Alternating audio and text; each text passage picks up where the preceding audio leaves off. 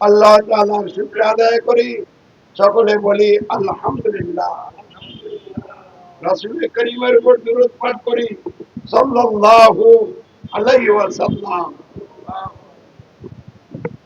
সম্মানিত রাজধানী ঢাকার সচেতন ভাই বন্ধুরা, প্রিয় সাংবাদিক বন্ধুগণ, প্রশাসনের সাথে সম্পৃক্ত বিভিন্ন পর্যায়ের দায়িত্বশীল কর্মকর্তা বৃন্দ, উপস্থিত অনুপস্থিত দেশবাসী বিশ্ববাসী ভাই ও বোনেরা, আমরা জাতীয় প্রেস ক্লাবের সামনে দুর্নীতি ও বৈষম্য মুক্ত ইনসাফ ভিত্তিক সমাজ ও রাষ্ট্র গঠনের উপায় বিষয়ে মানববন্ধন নিয়ে আপনাদের সামনে হাজির হয়েছে। প্রিয় বন্ধুরা, দুর্নীতি এবং বৈষম্য মুক্ত ইনসাফ ভিত্তিক সমাজ রাষ্ট্র গঠন না হলে মানুষ বিভিন্ন রকমের দুর্ভোগ এবং অশান্তিতে কাল কাটাইতেই থাকবে, অশান্তির আগুনে জ্বলবে। তাই আমরা দুর্নীতি এবং বৈষম্য মুক্ত ইনসাফ ভিত্তিক সমাজ ও রাষ্ট্র গঠনের উপায় বিষয় নিয়েই এখন কথা বলি।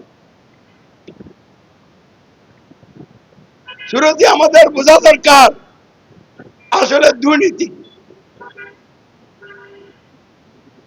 নীতি এবং আদর্শের বিপরীত যেটা, এটাই মূলত দুর্নীতি। নীতি এবং আদর্শ কি?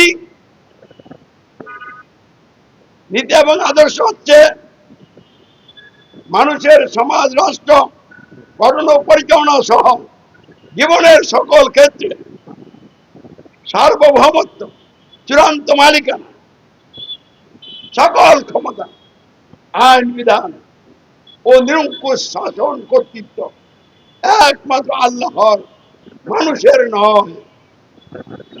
ফলে দাসত্ব, আইনের আনুগত্য, উপাসনা একমাত্র আল্লাহর, অন্য কারো নয়। এবং এরই বাস্তবায়নে মানুষের সমাজ রাষ্ট্র গঠন ও পরিচালনা সহ জীবনের সকল ক্ষেত্রে শর্তহীন আনুগত্য, অনুসরণ, অনুকরণ একমাত্র হযরত মুহাম্মদ সাল্লাল্লাহু আলাইহি ওয়াসাল্লামের, অন্য কারণ হবে। আল্লাহর রাসূল হযরত মুহাম্মদ সাল্লাল্লাহু আলাইহি ওয়াসাল্লাম সর্বশেষ নবী এবং রাসূল।